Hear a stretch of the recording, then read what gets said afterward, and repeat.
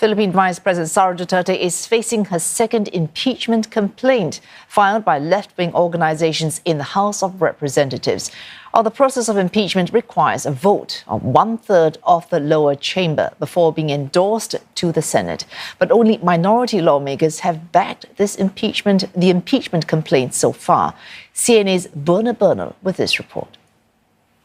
Over 70 signatories joined the impeachment complaint filed Wednesday against Vice President Sara Duterte. This comes just 2 days after a first impeachment complaint was filed, both citing unexplained spending at the office of the Vice President and the Education Department, which she previously led prior to a public fallout with the President.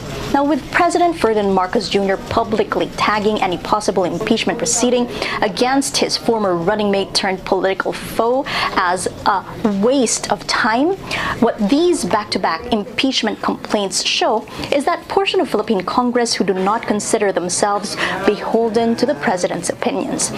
A lawmaker's endorsement is required under the Philippine Constitution for citizen-initiated impeachment complaints. The first complaint filed Monday by 17 signatories associated with the Liberal Democratic opposition was endorsed by the Progressive Political Party Akbayan's representative.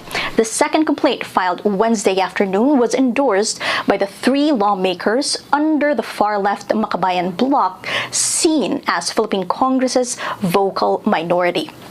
The complainants on Wednesday cited what they believe to be the Vice President's misuse and abuse of over $10 million in confidential funds, what they believe to be her cover-up through fabricated documents, and what they call her disruption of congressional oversight over the use of these funds. Now, while the Makabayan bloc is considered the vocal minority, they did find unlikely allies among administration lawmakers because a combined force of both a minority and majority lawmakers actually conducted that probe into the use of funds under offices that Mr. Duterte led. Mr. Duterte, of course, sees these investigations as a form of political persecution, arguing that these hearings have no legislative value.